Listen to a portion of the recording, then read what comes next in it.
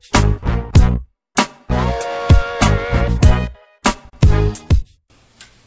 everyone, Tim here, QbKing77 here with the first episode of the ACS Android show.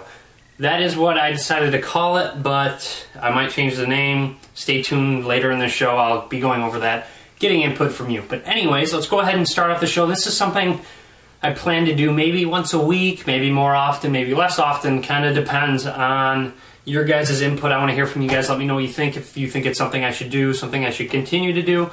But anyways, let's go ahead and start it off with my question to you guys, and that would be, where did your username come from? I see a lot of interesting usernames when I'm helping people out and stuff, YouTube usernames or just forum usernames, and I'm curious, where did they come from? So, just leave a comment, let me know what you think. If you want to know where mine came from, QbKing77 with...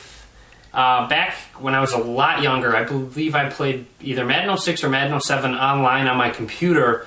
I had to create an EA Sports account, so I wanted it to do something with football, so I did QB as in quarterback king, and then my favorite number is 7, so it's QbKing77. So there you have it. There's where my username came from. Let's hear where all your interesting usernames came from.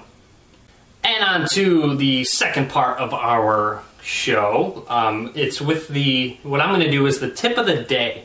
So for the tip of the day today, a tip I'm going to give all of you viewers, just development related tip, etc., maybe just an Android related tip. So what it's going to be is never flash a ROM from a different device onto your phone. So I get questions a lot, will this ROM work with my device? Will this ROM work with my device? Unless, for some reason, it's specified that this ROM can work on multiple devices, never flash a ROM from a different device onto your phone. So if you have an Epic 4G with the slider, don't flash an Epic 4G Touch ROM on your device. It won't work. It'll probably end up bricking your device. So that's just a quick tip of the day. And on to our third section of the show, it would be viewer questions. So I take a few questions. I'm going to start off with ones that I got recently.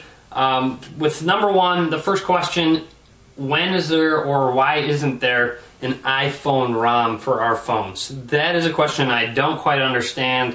I don't know why you would want that. Even if it's possible, I don't know if anyone would ever do it.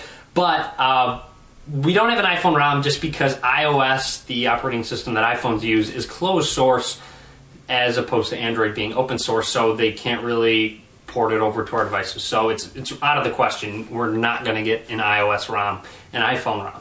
So on to number two.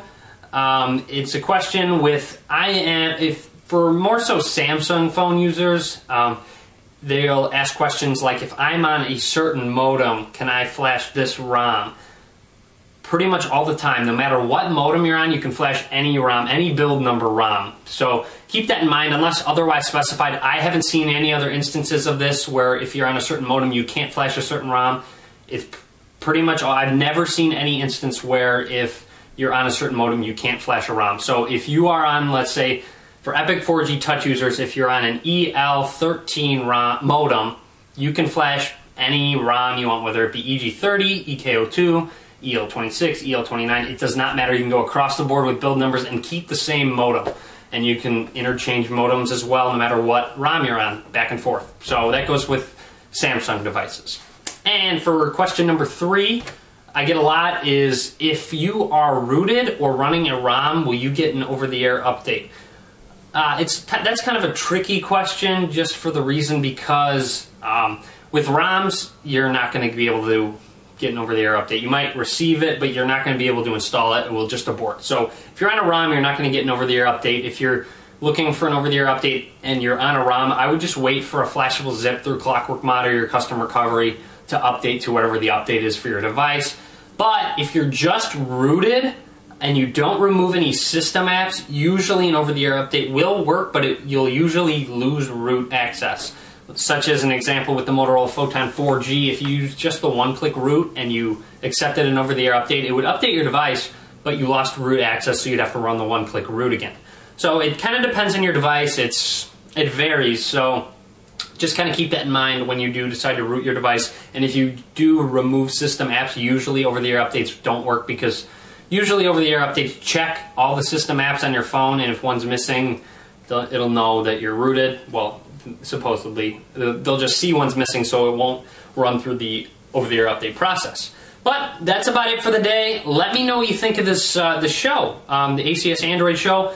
I want to hear from you guys what you guys think I should be calling this show. So I decided to call the first episode ACS Android show, but I kind of want to hear from you guys on what you think I should call it. Hopefully I get some creative ideas from you guys, and I'll pick one. Maybe I'll keep it the same if you guys like this name. So just let me know what you think. I also, as I said, let me know where your username came from. Also, ask questions. So ask questions on this video. I'll probably display some user comments with their username if they care in the video itself next to me, next to my head or something. I can probably do that with my video editing software. But ask questions you want me to answer on the upcoming show. I'll definitely be doing another show soon, whether it be a week, probably less than a week. But as I said, let me know what you think. Leave a comment on the video. And as always, thanks for watching, and be sure to subscribe.